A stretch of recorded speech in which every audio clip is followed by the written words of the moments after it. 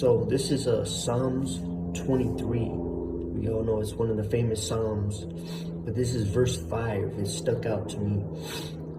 And it says, you prepare a table before me in the presence of my enemies. You anoint my head with oil. My cup runs over. Right? And I was thinking to myself, this is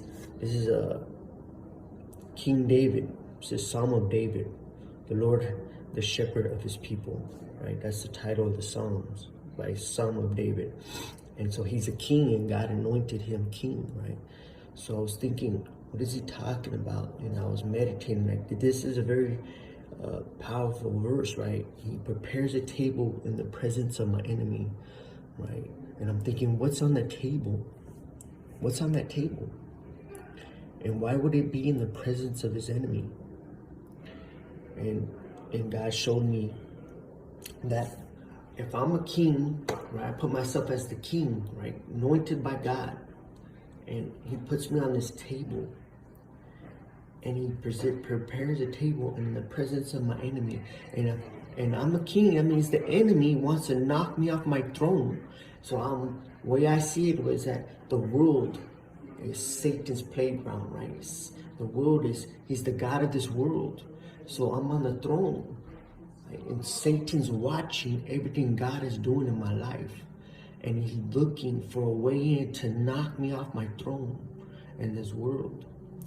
And what is prepared on the table?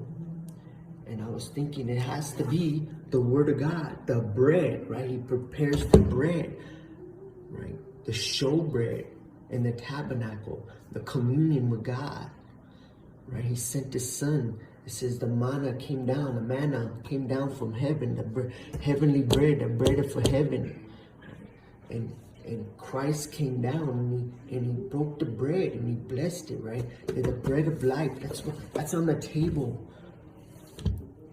That's on the table. And it says that in the presence of my enemies.